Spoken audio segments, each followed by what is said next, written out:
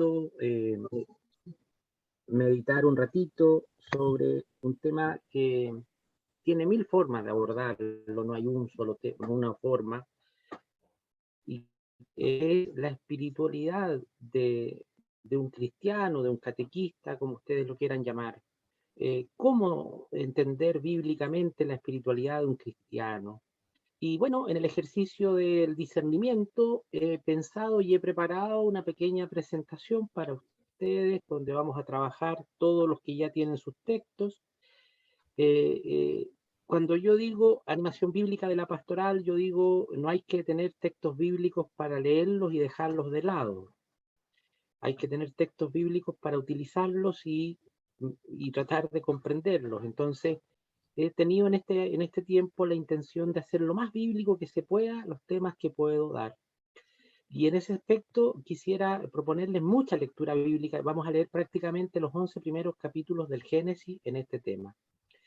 Pero vamos a ir viendo y rescatando, y en eso yo les voy a acompañar, cómo las dinámicas de esta primera, de este primer gran bloque del libro que nosotros llamamos Biblia, y estos 11 primeros capítulos que se llaman el libro de los orígenes, cómo en esta búsqueda de hacer un prototipo de humanidad, un prototipo de género humano, un prototipo de sociedad, un prototipo de creyente, nos puede ayudar muchísimo en el tema de la espiritualidad.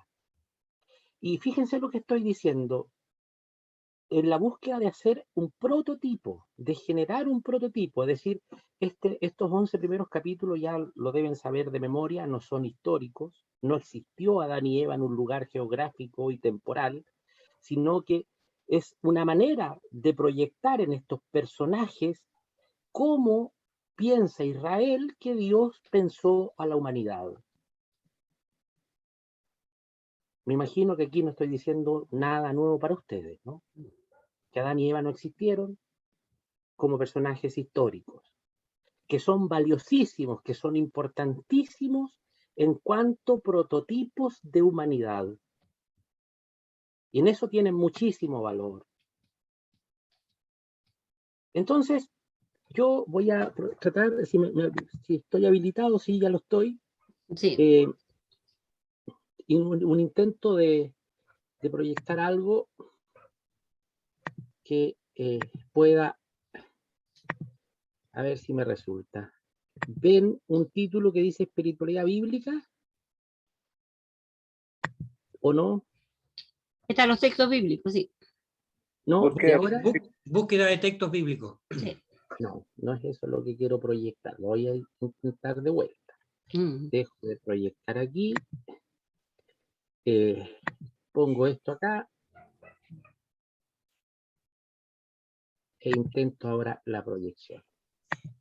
Ahora sí que debe resultar bien. Sí, ahora sí que sí. Ahí sí que sí. Ahí sí. Espiritualidad bíblica. Eco. Súper bien.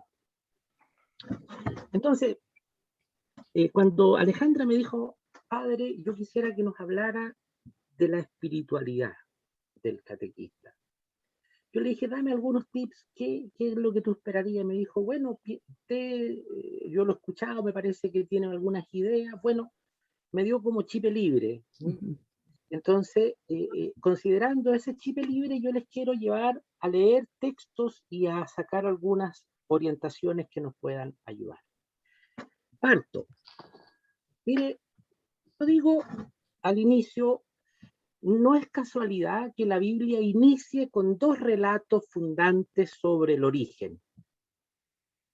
Y fíjense cómo ya en estos dos relatos que son distintos, los vamos a leer en un momento, vamos a encontrar en uno un Dios muy lejano. En el primer relato, ese de los días de la semana, Dios actúa desde fuera.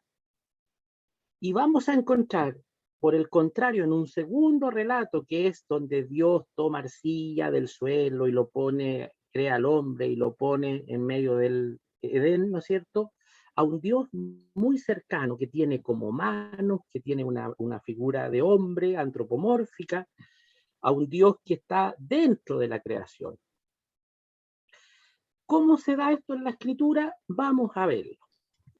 ¿Quién tiene Génesis 1 del 2 al 2:4? ¿Quién tiene el primer texto? Angélica. ¿Quién lo tenía? Angélica. Ya, Angélica entonces. Y nosotros sigamos la lectura, ustedes no pierdan la hojita donde tienen que leer después, pero sigamos la lectura de Génesis 1 y fíjense en esta imagen, cómo este Dios permanece siempre fuera de la creación, siempre fuera, de alguna manera lejano, solo habla. Fíjense ustedes, leemos de principio a fin esto que hemos leído hartas veces, pero que no nos hace mal leerlo de nuevo. ¿Ya? Sí. La tierra estaba desierta y sin nada, y las tinieblas cubrían los abismos, mientras el Espíritu de Dios aleteaba sobre la superficie de las aguas. Dijo Dios, haya luz, y hubo luz. Dios vio la luz, Dios vio que la luz era buena y la separó de las tinieblas. Y ahora, perdón. 16, ya vimos nomás. Génesis. Dice. Sigamos. Es hasta el capítulo 2. ¿No? Es hasta el capítulo 2, versículo 4. No, el padre sabe que yo no hablo mucho.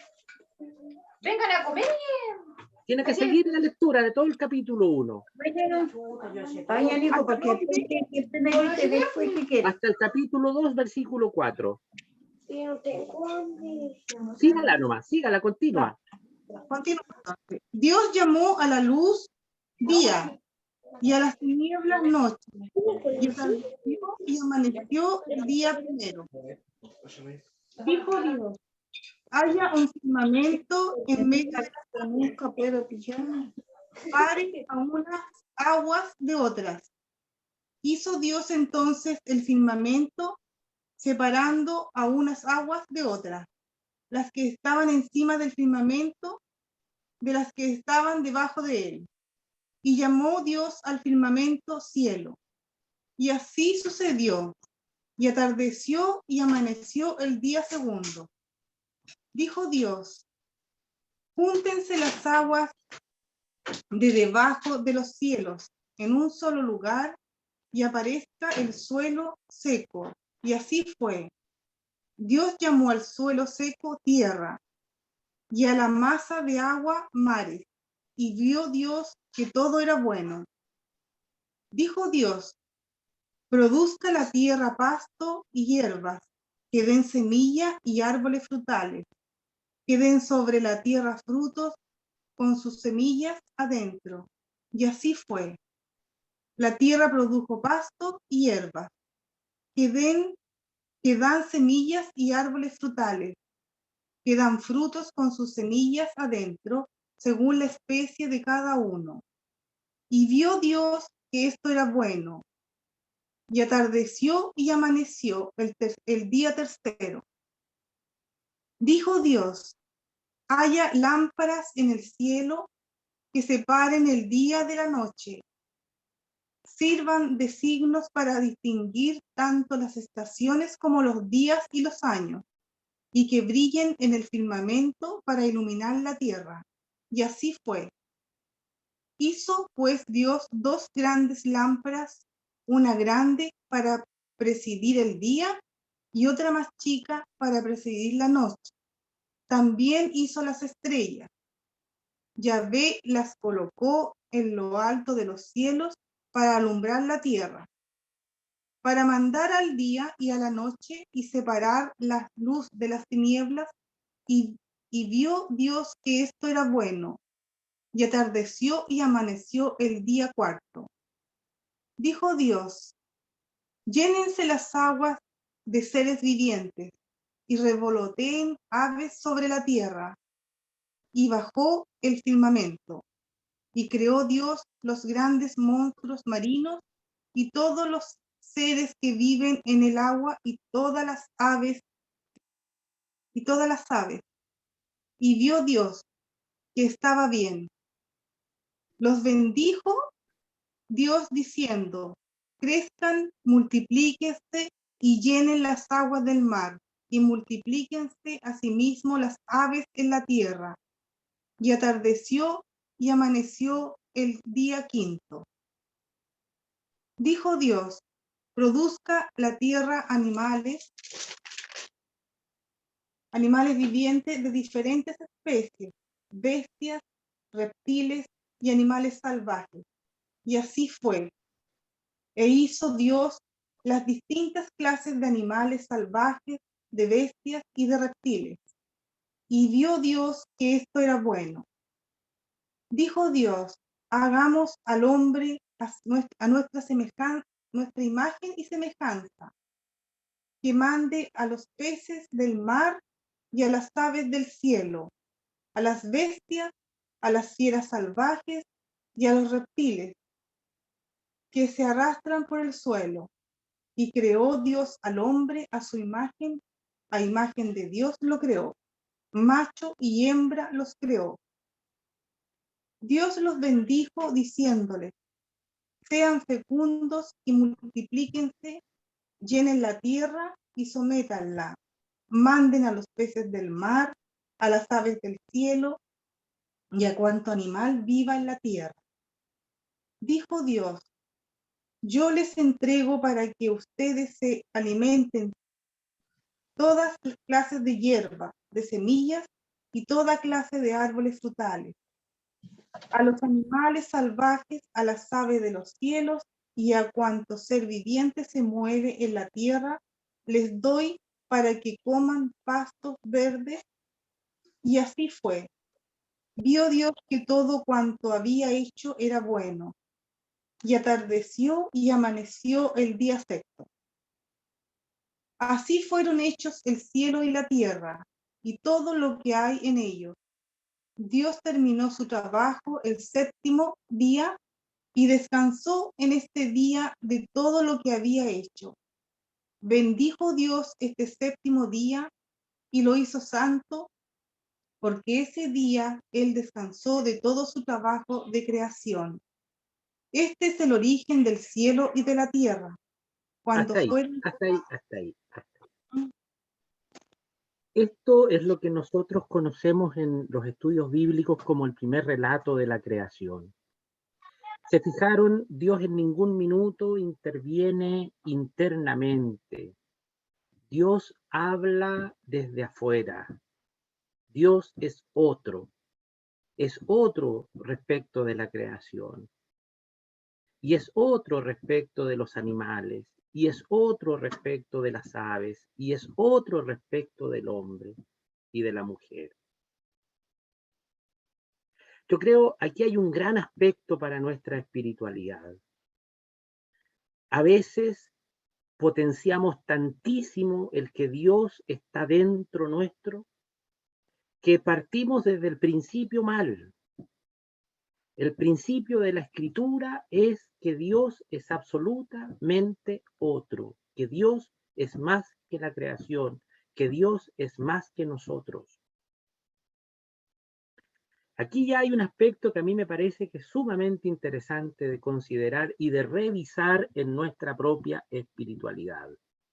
¿Qué lugar ocupa en mí Dios? ¿Dónde sitúo a Dios en mi imaginario religioso? Cuando me pienso a mí mismo como un ser creyente, ¿dónde pongo primeramente a Dios? ¿Lo pongo dentro o lo dejo que hable desde fuera? Fíjense esa imagen que está bastante extraña de verla, pero al final de cuentas ese es el caos primordial. Las aguas revueltas, la vida revuelta. A veces nosotros pensamos y queremos, ¿no es cierto?, de que Dios esté dentro de todo. Y Dios, es otro. Demos un pasito más y veamos el segundo relato. Génesis 2, a la mitad del capítulo 4, a la mitad del versículo 4, perdón, Génesis 2, a la mitad, ahí donde dejó de leer Angélica. Quien tenía Génesis 2, partamos por favor el día en que Dios, Yahvé Elohim. Aquí parte el segundo relato. Yo no sé si todos y todas ustedes sabían que en la Biblia no hay solo un relato de creación, sino dos relatos de creación de épocas distintas, de autores distintos, y ya vemos con una imagen de Dios totalmente distinta. Lo vamos a ver ahora. Recuerden cómo el autor del primer relato ponía a Dios hablando desde fuera y veamos cómo está Dios aquí ahora. ¿Quién tenía Génesis 2? Que lo pueda Yo. leer. Adelante. Este es el origen del cielo y de la tierra, cuando fueron creados. El día en que Yahvé Dios hizo la tierra y los cielos. No había Carmencita, sobre la tierra Carmencita, una planta silvestre. Ninguna planta silvestre había brotado, pues Yahvé Dios no había hecho llover todavía sobre ella, ni había hombre que cultivara el suelo. Sin embargo, brotó desde la tierra un manantial y regó toda su superficie. Entonces Yahvé formó al hombre con polvo de la tierra y sopló en sus narices aliento de vida. Y existió el hombre con aliento y vida. Luego Yahvé plantó un jardín en un lugar de oriente llamado Edén. Allí colocó al hombre que había formado. Yahvé hizo brotar del suelo toda clase de árboles agradables a la vista y buenos para comer. Y puso en medio el árbol de la vida y el árbol de la ciencia, del bien y del mal. Del Edén salía un río que lo regaba y se dividía en 4 brazos. El primero se llamaba Pisón y el que rodea la tierra de Évila, donde hay oro fino, piedras preciosas y aromas. El segundo río se llamaba Gijón y es el que rodea la tierra de Cus. El tercer río se llama Tigris y es el que corre al oriente de Asiria. Y el cuarto río es el Éufrates. Yahvé tomó pues al hombre y lo puso en el jardín del Edén para que lo cultivara y lo cuidara. Y Dios le dio esta orden al hombre: puedes comer de cualquier árbol que haya en el jardín, menos del árbol de la ciencia del bien y del mal, porque el día que comas de él morirás sin remedio. Después dijo Yahvé: no es bueno que el hombre esté solo. Haré pues un ser semejante a él para que lo ayude. Yahvé entonces formó de la tierra todos los animales del campo y todas las aves del cielo, y los llevó ante el hombre para que les pusiera nombre. Y cada ser viviente había de llamarse como el hombre lo había llamado. El hombre puso nombre a todos los animales, a las aves del cielo y a las fieras salvajes, pero no se encontró en ellos un ser semejante a él para que lo ayudara. Entonces Yahvé hizo caer en un profundo sueño al hombre y éste se durmió. Y le sacó de una de sus costillas, tapando el hueco con carne. De la costilla que Yahvé había sacado al hombre, formó una mujer y lo llevó ante el hombre. Entonces el hombre exclamó: esta sí que es hueso de mis huesos y carne de mi carne. Esta será llamada varona, porque del varón ha sido tomada. Por eso el hombre deja a sus padres para unirse a una mujer, y son los dos una sola carne. Hasta ahí. Ahí. ¿Qué cosas pueden ver respecto del relato anterior? ¿Dios actúa de la misma manera? ¿Crea de la misma forma? ¿Hay algún cambio? ¿Cómo lo ven? ¿A quién se le ocurre algo? ¿Qué cosa le llamó la atención? ¿Algo distinto?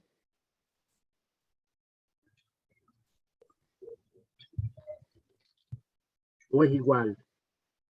Mm, yo siento, padre, que este segundo relato es un relato en el cual ya le da como más protagonismo al hombre, porque el Edén se supone que ya está creado ya. Entonces, y dice que el hombre nace del polvo, entonces ya es como más específico por utilizar algún término. ¿Y por qué dice que el Edén ya estaba creado? Porque ahí dice que habla del Edén y anteriormente él fue paso a paso desde el día 1 al 7º y al final crea al hombre. Si yo le diera la razón, tendríamos que decir que este es un solo relato del capítulo 1 hasta el capítulo 3. Y yo he dicho otra cosa, que este es un relato completamente distinto. De hecho, si tú lees el versículo 8, dice, luego Yahvé plantó un vergel en Edén, después de crear al hombre. No tiene Sí, ni una sí. relación, ni una relación. Con el primero no, ninguna. Ninguna. Sí, yo siento que no hay, o sea, No, y si tú quieres interpretar, te doy la sí, razón. sí, Pero primero hay que leer, ok, sí, ¿sí? Primero hay sí, que leer. sí. Y el texto dice algo muy sencillo, ¿no? Fíjense cómo parte a la mitad del versículo 4. Léanlo en su Biblia para que se convenzan, Sí. si no me creen a mí. Dice, No, el fácil. día en que hizo Yahvé Elohim cielo y tierra, ningún árbol campestre existía aún sobre la tierra, y ninguna hierba del campo había germinado todavía, pues Yahvé Elohim no había hecho llover sobre la tierra. No había nada. Solo polvo, solo desierto en el fondo. Entonces, cuando decimos en Biblia, y esto es por eso yo quiero que ustedes aprendan, y no aprendan para dejar de creer, no estoy diciendo eso, para ordenarse, que estos son dos relatos distintos, uno comienza y termina y el otro comienza y termina, y no tienen, son de épocas distintas, de autores distintos. Y aquí ya nos preguntamos, bueno, y hay dos creaciones. O una misma creación contada de manera distinta, que quizás sea lo más exacto. O mejor, el hombre que escribe relatos de creación, ¿quería hablar de la creación o quería hablar de otra cosa? La intención, distinta intención del autor. Exacto. Pero ya, este es un detalle más formativo, más de erudición. Pero si volvemos al tema espiritual, Dios cómo actúa en este relato. Fíjense ustedes la delicadeza, toma polvo, planta un vergel, toma al hombre y lo pone en un sueño y toma el costado del hombre. Yo me atrevo a decir de que la traducción más exacta no es costilla, es costado, es decir, una mitad, a modo como se parte el cordero, como se partían los animales para el sacrificio, donde una mitad era para el dueño que ofrecía el sacrificio y la otra mitad, el otro costado era de Dios. Fíjense lo que estoy diciendo, mujeres, que Dios tomó de Adán el costado que le correspondía a Dios, no la costilla, por eso hay que empobrece el texto, el costado que le tocaba a Dios, si esto era una alianza, un sacrificio,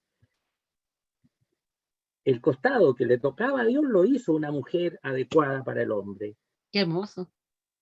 No era un hueso, por eso yo hallo que se empobrece tantísimo el relato. Si esto es pensar en los sacrificios antiguos, un animal partido a la mitad, una mitad se quema para Dios, la otra mitad se la come la familia del que lo ofrece. Esto es exactamente lo mismo, podemos decir.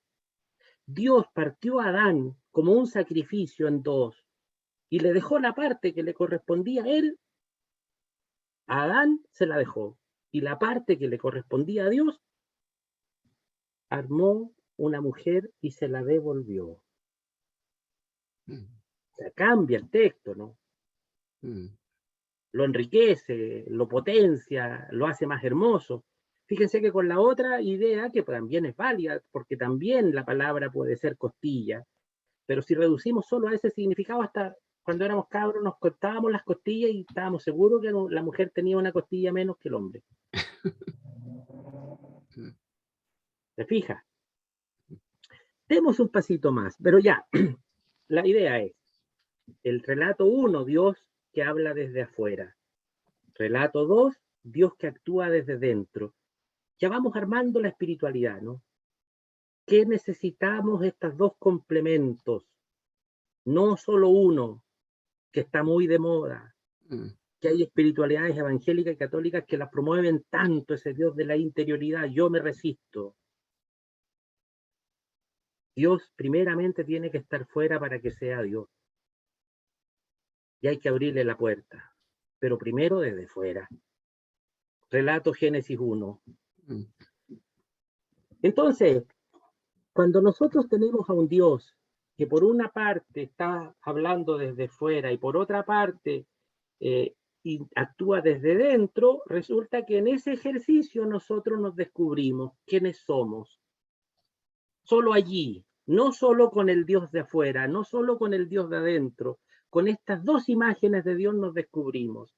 ¿Y qué descubrimos? Que frente a Dios que está afuera y está dentro, estamos desnudos, nos queremos alejar, nos queremos esconder, nos queremos perder, no dejarnos encontrar. Génesis 3, del 8 al 13, ¿quién lo tiene? Nelson. 3, del 8 al 13. Está apagado tu micrófono. Ahí sí, Ahí ya sí. ahí está. Oyeron al Señor Dios que se paseaba por el jardín tomando el fresco. El hombre y su mujer se escondieron entre los árboles del jardín para que el Señor Dios no los viera. Pero el Señor Dios llamó al hombre. ¿Dónde estás? Él contestó. Te oí en el jardín. Me entró miedo porque estaba desnudo y me escondí. El Señor Dios le replicó. ¿Y quién te ha dicho que estabas desnudo? Que has comido del árbol prohibido. El hombre respondió. La mujer que me diste por compañera me convidó el fruto y comí. El Señor Dios dijo a la mujer, ¿qué has hecho? Ella respondió, la serpiente me engañó y comí. Fíjense, si nosotros decimos ser seres que tenemos una espiritualidad, un catequista que tiene una espiritualidad profunda y no descubre su desnudez, su pequeñez, habría que preguntarse si se ha encontrado con Dios en el jardín. A veces nos pasa mucho a los curas, ¿no? Estamos tan acostumbrados, y a veces los diáconos también, a estar en el templo, a estar en las cosas de Dios, que somos manipuladores de Dios.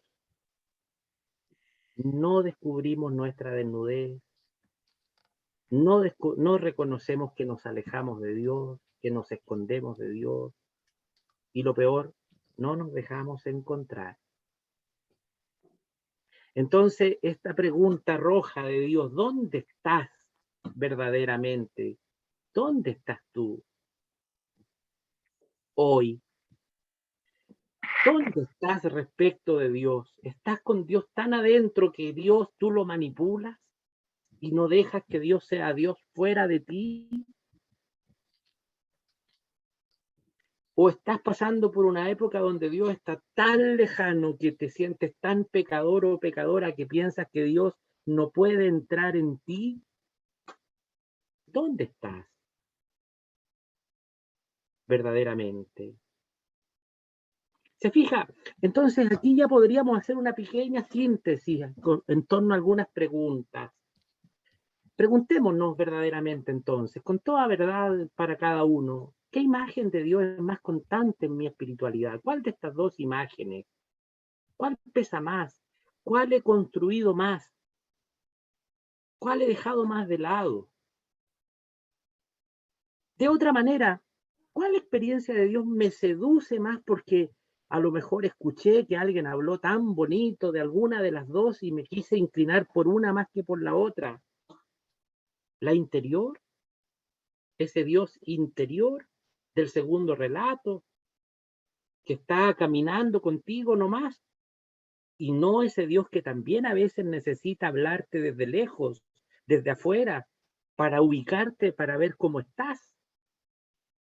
¿Cómo podríamos equilibrar para tener una buena espiritualidad estas dos cosas? Y fíjense que la iglesia nos ayuda poco. Yo estoy cada vez más convencido de eso. Hemos traído a santos, pero muy interiores, muy intimistas. La santería que tenemos en las iglesias como imágenes, si no tenemos esta otra parte, yo creo que no nos ayuda mucho, fíjese. Porque nos ha dejado un Dios dentro, a fuerza humana, y se nos olvida que Dios es otro, que es Dios, que no lo puedo abarcar, que está afuera también. Si no, leamos los dos relatos de la creación y démonos cuenta que son necesarios los dos. Pero el Génesis, esta imagen, y vuelvo a la imagen de que Génesis del 1 al 11 son prototipos, fíjense, de creyentes, prototipos de sociedad, prototipo de humanidad, prototipo de religión. Vamos a dar un pasito más. Veamos a Caín y Abel, la espiritualidad del barro, la espiritualidad de la religión, la espiritualidad de la fraternidad. A ver cómo nos va con esto. Génesis 5, 1 al 8, ¿quién lo tenía? Alejandra. Bien, Alejandra, te escuchamos con voz fuerte, por favor. Esta es la lista de los descendientes de Adán. Cuando Dios creó al hombre, lo hizo parecido a Dios mismo. Los creó hombre y mujer y les dio su bendición. El día en que fueron creados, Dios dijo, se llamarán hombres. Adán tenía 130 años cuando nació su hijo, al que llamó Set, y que era parecido a él en todo. Después de esto, Adán vivió 800 años más y tuvo otros hijos e hijas, así que vivió 930 años en total. A esa edad murió. Set tenía 105 años cuando nació su hijo Enos. Después de esto, Set vivió 807 años más y tuvo otros hijos e hijas. Así que vivió 912 años en total. A esa edad murió.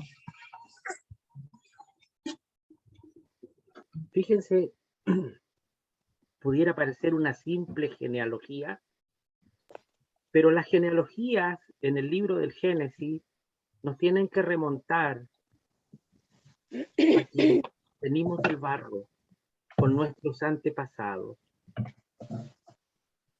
Esa imagen preciosa de que Dios tomó barro para hacer a Adán no se termina en el Génesis. Fíjense aquí, Adán sigue adelante, sigue teniendo prole, y sin embargo este barro se hace fecundo y sigue adelante, pero es barro y no deja de ser barro.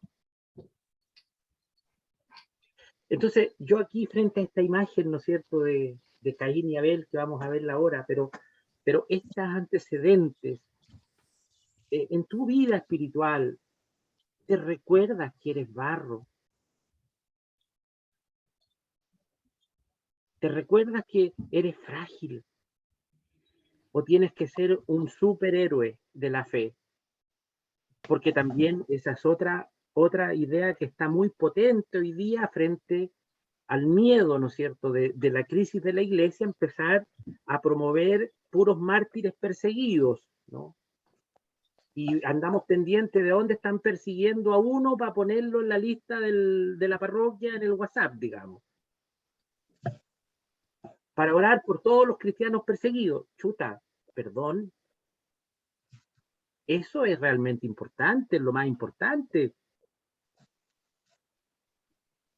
En la espiritualidad de un cristiano.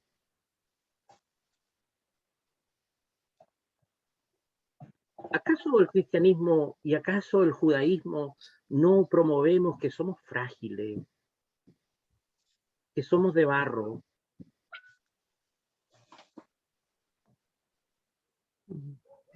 Que Dios no nos hizo de algún material resistente, porque si hubiese querido nos hace, no sé, de piedra.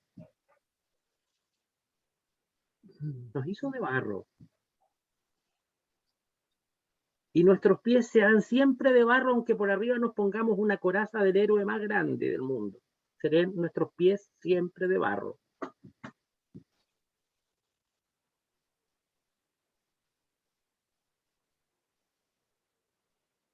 O sea, yo siento que cuando hablamos de espiritualidad tenemos que poner los pies en la tierra, no en el cielo, en la tierra. Somos de barro. Pongamos los pies en la tierra, aterricemos. ¿Desde dónde nos comprendemos? Desde lo angelical, si no somos ángeles. Ni las monjas ni los curas somos ángeles. Somos seres de barro, ustedes y yo. Les vuelvo a decir lo que alguna vez digo siempre en la prédica, hechos de los mismos materiales, barro.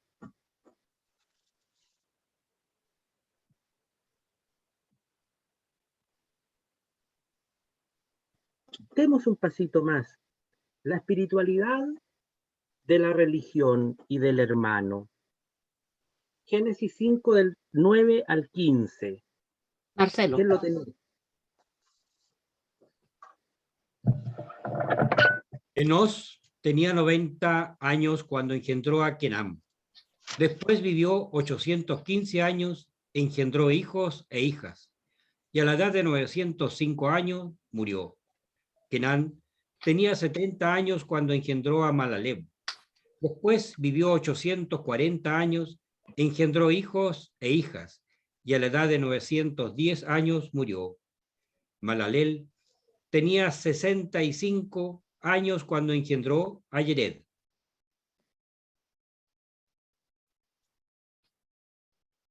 Voy a pedir un favor.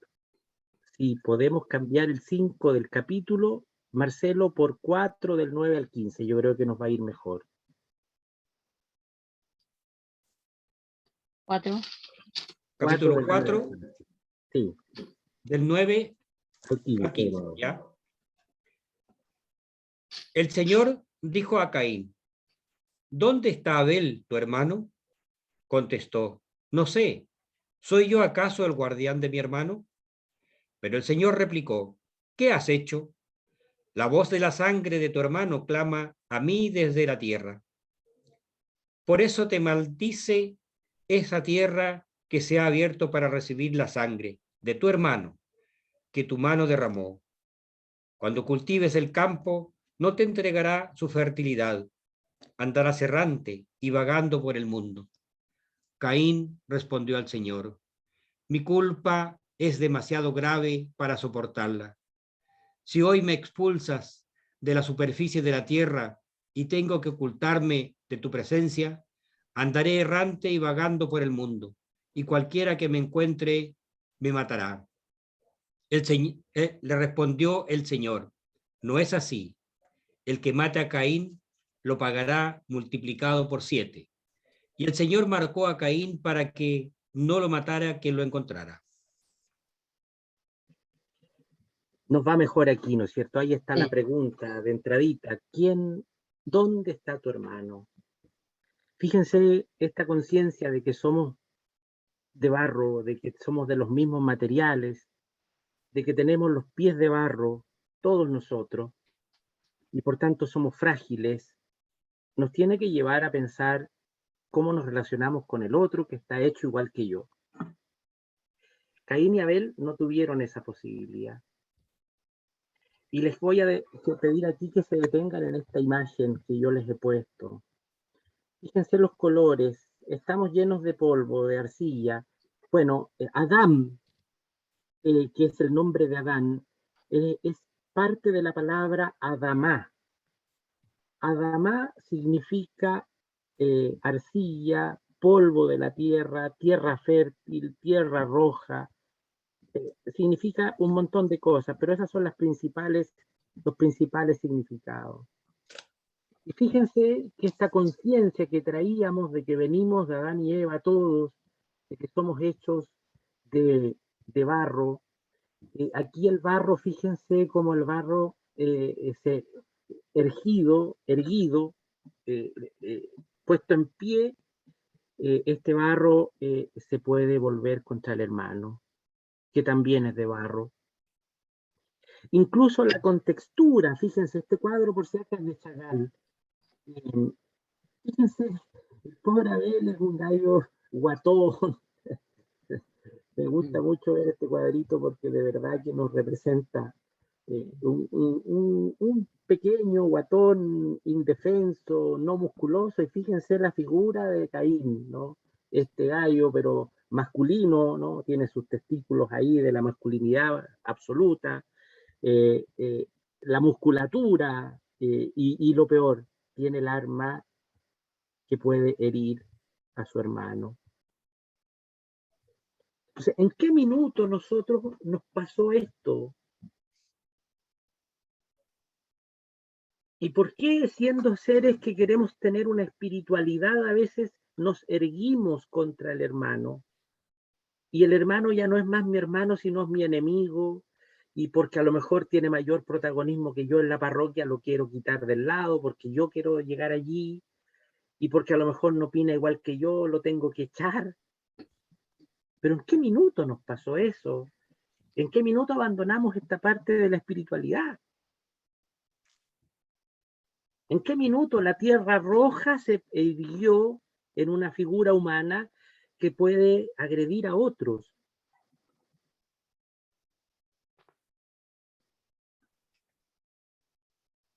Por una ofrenda religiosa. Porque a lo mejor Dios miró más a la ofrenda de Abel que la de Caín. ¿Y acaso no nos pasa lo mismo? Estamos en temas religiosos y peleamos por cosas religiosas y discutimos por cosas religiosas.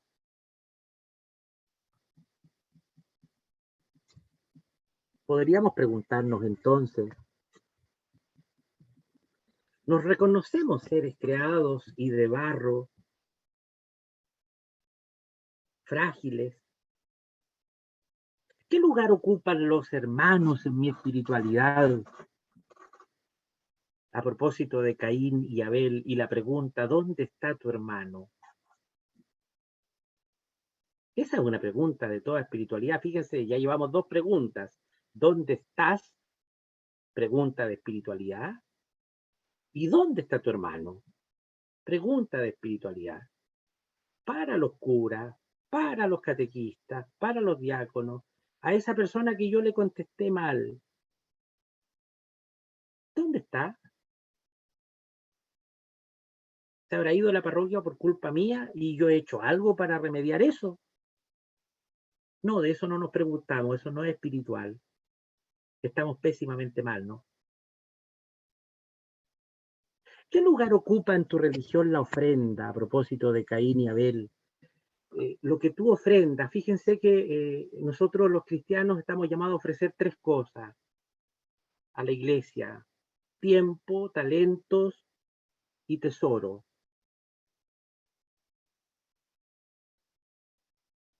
Esa es nuestra ofrenda, especialmente el tesoro, el 1%. No, broma. Broma, pero no deja de ser importante. Bueno, ¿nos habremos peleado alguna vez por la ofrenda?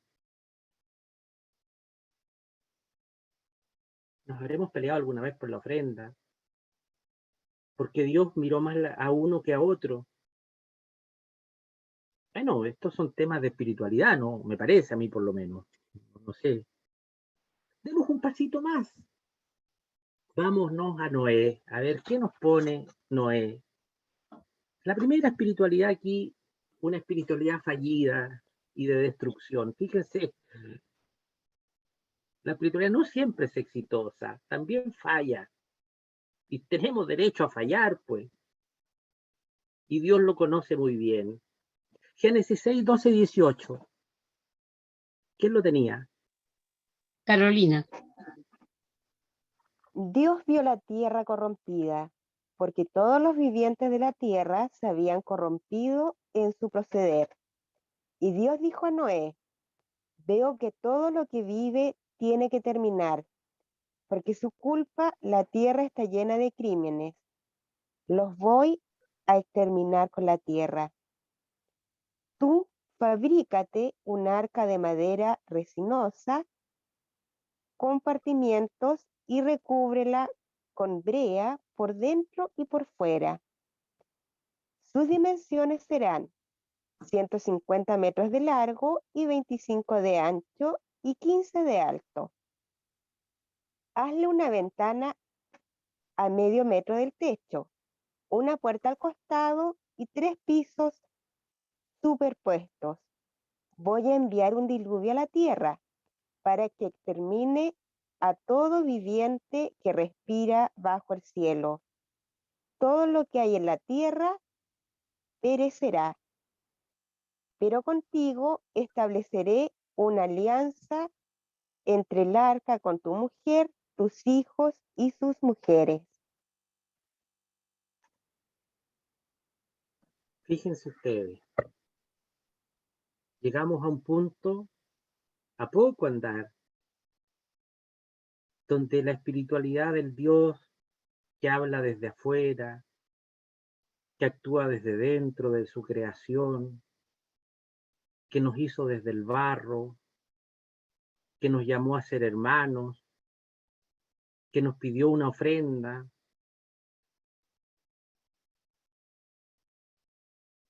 se arrepintió de haber creado.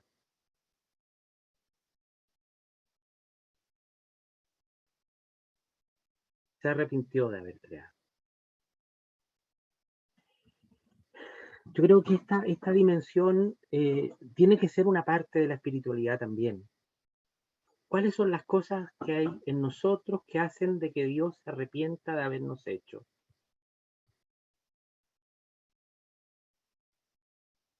¿Las hay? Bueno, si las hay, fíjense lo que viene ahora. Génesis 8 del 1 al 11.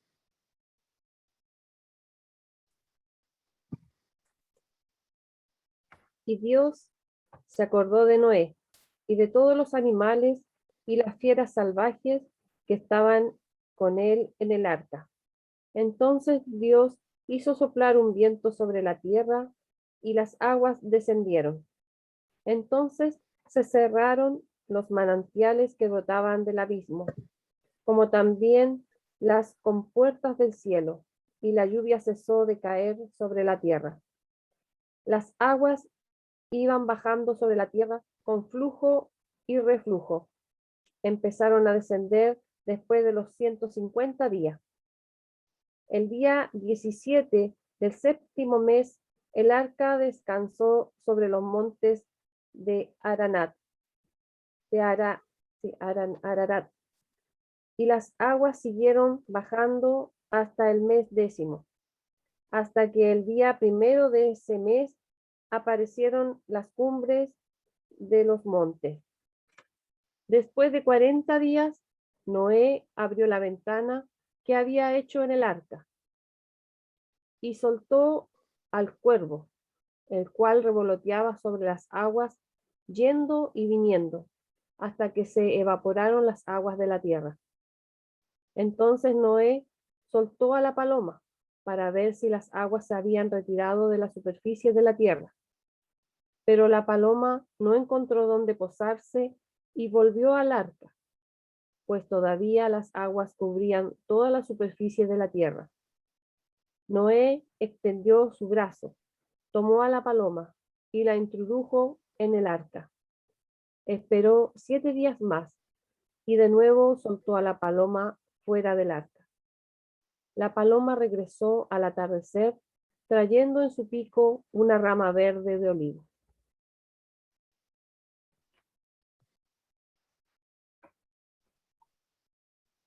Yo les invitaría, si es que pueden y si lo quieren, que lean los capítulos del diluvio, todos, del 6 al 9, y se detengan a mirar cómo van subiendo las aguas, cómo suben y destruyen todo hasta el final del capítulo 7.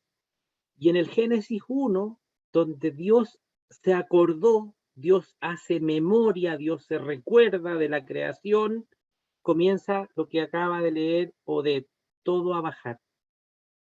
Comienza el ejercicio al revés. Fíjense que en la escritura Dios es el que hace memoria, Dios es el que se recuerda, Dios es el que hace el memorial. Lo mismo en la Eucaristía. En la Eucaristía no somos nosotros la comunidad que se va a reunir para nosotros hacer memoria de la salvación expresada en Jesucristo, no. Nosotros vamos a participar de un momento donde Dios está haciendo memoria de que nos salvó a nosotros. El memorial es al revés. Si ustedes alguna vez han participado de la misa conmigo, yo lo insisto mucho en el momento de los difuntos. Es Dios el que hace memoria y nosotros con Él. Dios es el que hace memoria. Cuando Dios hace memoria, todo empieza a cambiar. Cuando Dios se acuerda de algo, todo empieza a cambiar. Y empieza a cambiar para bien.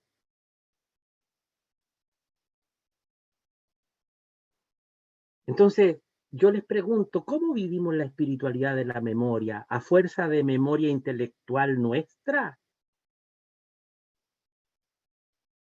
¿O nos asociamos a la memoria de Dios?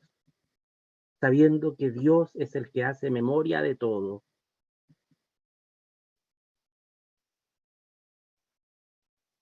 Este relato del diluvio es hermoso en ese aspecto. 8.1, Dios se acordó de Noé y de todo lo que había en el arca, y automáticamente basta ese hecho para que el diluvio empiece a bajar, las aguas empiecen a bajar. ¿En cuántos momentos Dios habrá hecho memoria de nosotros si nosotros nunca atendimos a eso?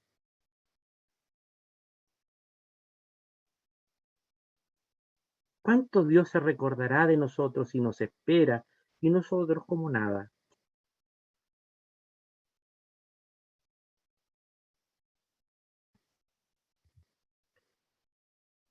Pero vamos allá. Génesis 9 del 8 al 17. Norma. Dios dijo a Noé y a sus hijos: yo hago una alianza con ustedes y con sus descendientes, con todos los animales que los acompañaron, aves, ganado y fieras, con todos los que salieron del arca y ahora viven en la tierra. Hago alianza con ustedes. El diluvio no volverá a destruir la vida, ni habrá otro diluvio que destruya la tierra. Y Dios añadió: esta es la señal de la alianza que hago con ustedes y con todos los seres vivientes que viven con ustedes para todas las edades. Pondré mi arco en el cielo como señal de alianza con la tierra.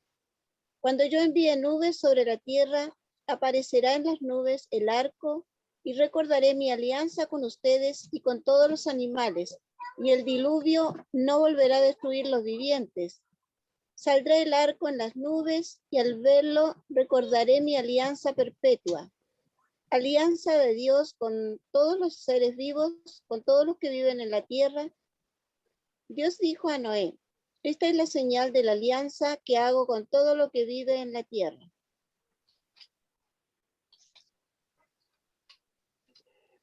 Otro aspecto muy importante de la espiritualidad. La espiritualidad nuestra siempre se mueve entre la idea de Dios de arrepentirse de habernos creado, la idea de Dios de hacer memoria, de recordarse de nosotros, y la idea de Dios de marcar una alianza de reinicio con nosotros. ¿Cómo vivimos esa parte, esta dinámica de toda espiritualidad? Venimos del barro. El barro desaparece, queda bajo el agua se hace violenta, el agua mata, Dios hace memoria, el agua comienza a bajar y Dios renueva la creación con una nueva alianza. Eso que es con la humanidad es con nosotros, con cada uno también. Lo hemos experimentado, lo hemos vivido. Preguntémonos entonces, a la luz de este texto, de estos 3 textos que hemos pasado rápido, ¿nos reconocemos necesitados de que Dios recomience con nosotros algo? ¿O tenemos todo tan claro, tan ordenadito, que no hay nada que recomenzar y pasan los años y todo sigue tal cual? Yo soy genial, yo sí que creo en Dios, yo sí que soy importante, Dios siempre me escucha. Chuta, ¿y dónde quedó el diluvio de tu vida cuando Dios cachó que la cosa no estaba tan bien y se arrepintió de haberte creado? ¿Acaso tú no ves eso? Porque si tú no ves eso, Dios, ¿cómo se va a recordar de ti si tú no lo dejas, porque tú estás tan pendiente de todo lo bien que haces, que Dios no tiene ni una necesidad de recordarse de ti, de hacer una nueva alianza cada vez contigo? ¿Cómo Dios lo podría hacer eso? Sabemos que Dios hace memoria siempre de nosotros y que no somos nosotros, en primer lugar, los que nos acordamos de Dios. ¿Cuántas veces Dios ha recomenzado con nosotros verdaderamente? Si es que lo ha hecho o si es que lo hemos dejado.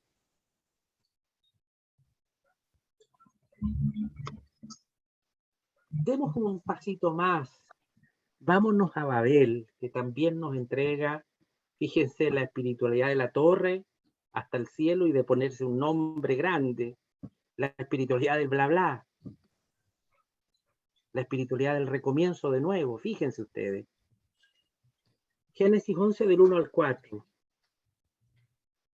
Todo el mundo tenía un mismo idioma y usaba las mismas expresiones. Al extenderse la humanidad desde el oriente, encontraron una llanura en la región de Sinar y allí se establecieron. Entonces se dijeron unos a otros: vamos a hacer ladrillos y coserlos al fuego. El ladrillo les servía de piedra y el alquitrán de mezcla. Después dijeron: construyamos una ciudad con una torre que llegue hasta el cielo.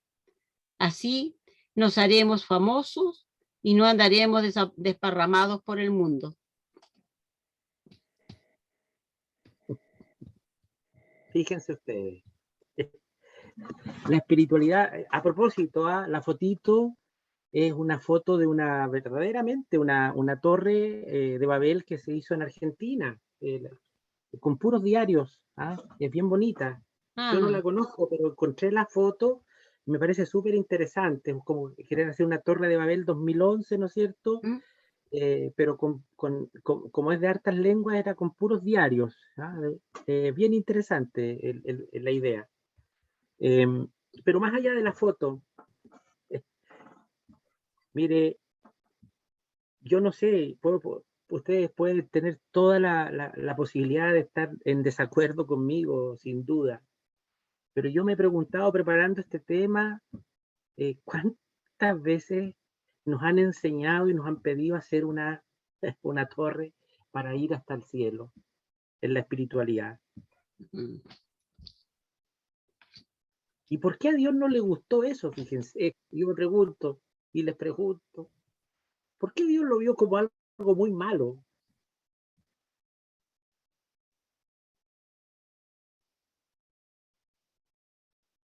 Volvamos al inicio. ¿Dios nos hizo con parte del cielo o con parte de la tierra? La tierra, barro.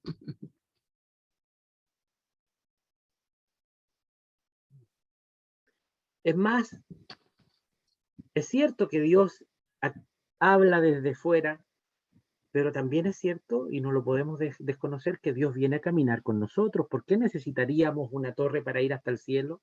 En la intimidad esa que no me deja mirar a nadie y ojalá que nadie me interrumpa mi oración porque yo estoy en contacto en mi escalera y en mi torre que llega hasta Dios. Ojalá que nadie me mueva para no desconcentrarme. Yo creo que cuando nos han formado de esa manera, fíjense que estamos re lejos de la Biblia.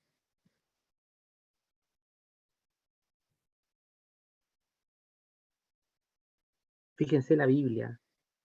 Estos hombres quisieron poner una torre que llegara al cielo, tocar a Dios, y Dios se molestó con ellos.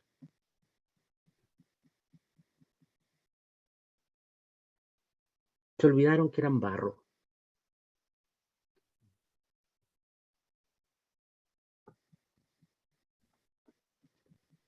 Génesis 11 del 5 al 9.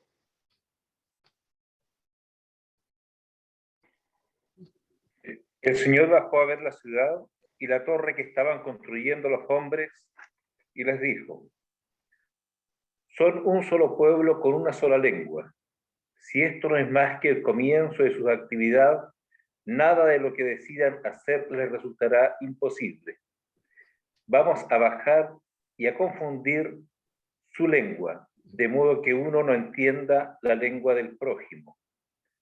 El Señor los dispersó por la superficie de la tierra y dejaron de construir la ciudad.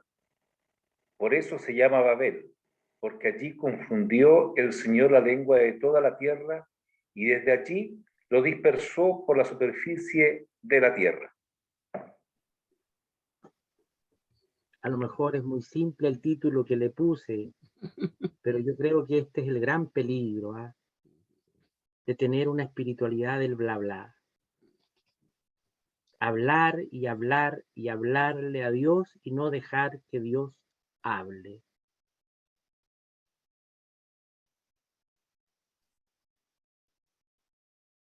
Lo digo con todo respeto, ¿eh? Pero a veces cuando hay espiritualidades que promueven el volver a hablar en lengua, yo me pregunto, ¿no habría que partir por aquí, por leer la Torre de Babel,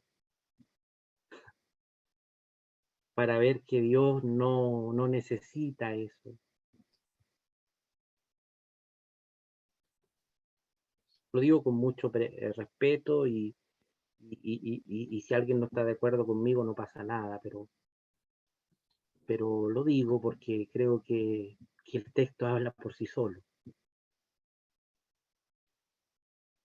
El peligro constante de la confusión, de confundirnos.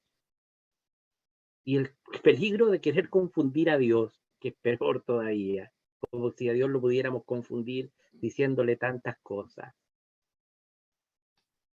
2 hombres subieron al templo para orar. Uno se puso adelante de pie y le decía: te doy gracias, Señor, por todo lo que ha hecho de grande en mí. Te doy gracias porque no soy como ese pecador que está ahí atrás. Bla, bla, bla, bla. El otro, de rodillas, se puso al final del templo y lo único que decía era: perdóname, Señor, que soy un pecador. ¿A cuál de los dos Dios le escuchó la oración? Te aseguro que al último, Jesús de Nazaret.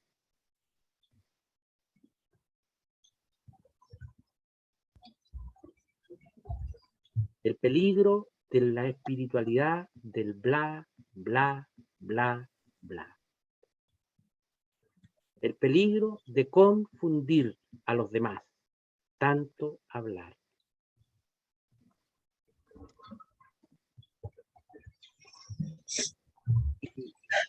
Cuando estos hombres quisieron llegar hasta Dios para hacerse un gran nombre, Dios es tan misericordioso que volvió a recomenzar. Génesis 11, 10. ¿Quién lo tiene? ¿O quién lo puede leer?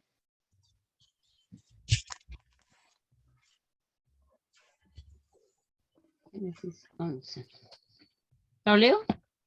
Ya. 11:10. Esta es la descendencia de Sem. Cuando Sem cumplió 100 años, fue padre de Arfaxad, 2 años después del diluvio. Después del nacimiento de este, vivió 400 años y tuvo más hijos e hijas. Nuevamente las Era genealogías el del 10, sí. recomienzo. Después del diluvio, sí, perdón. Nuevamente las genealogías del recomienzo. Dios recomienza con los padres de la fe. Si ustedes se fijan, ya después venimos con Abraham. Pero no sé si he podido transmitirles, pero Dios debe ser el protagonista, afuera y adentro, no nosotros. Pero tiene que estar a veces afuera y tiene que estar a veces adentro. No puede ser uno solo ni lo otro. ¿Cómo equilibramos estas dos cosas? Dios tiene sus tiempos, nos crea, nos busca, nos recuerda, nos recrea siempre, sin apuros, lento. Quienes han estado en la misa virtual o quienes están en la parroquia saben que esta es una cosa muy recurrente que digo siempre. Dios es de tiempos largos. Nosotros somos los apurados. Si no, lean la Biblia. Dios no quiere torres intimistas para alcanzarlo, ni exceso de palabras. Solo quiere que lo dejemos actuar. Repito esta última frase. Dios no quiere torres intimistas para alcanzarlo, ni exceso de palabras. Quiere que lo dejemos actuar.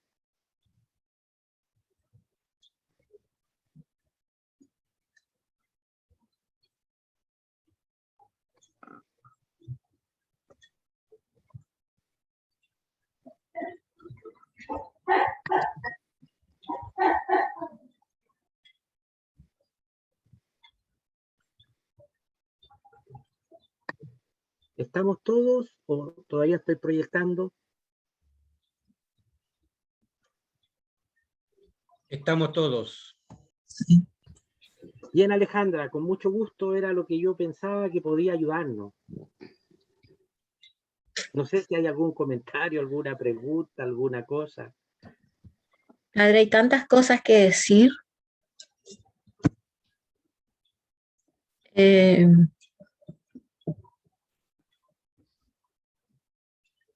no tengo palabras.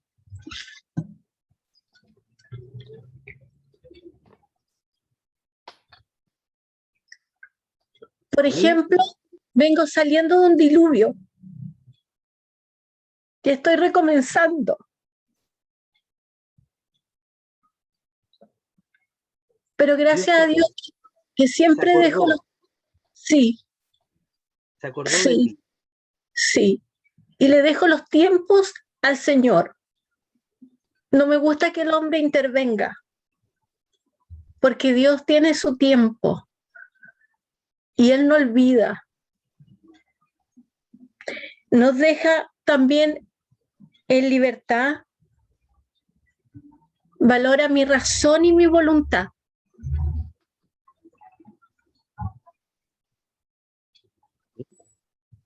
Eso, Padre. Gracias. No sé si alguien más quisiera comentar algo. ¿Se logra entender? Esto es muy rápido, fíjense. Leímos prácticamente 11 capítulos del Génesis en una hora. Pero creo que habló más Dios que nosotros, ¿no?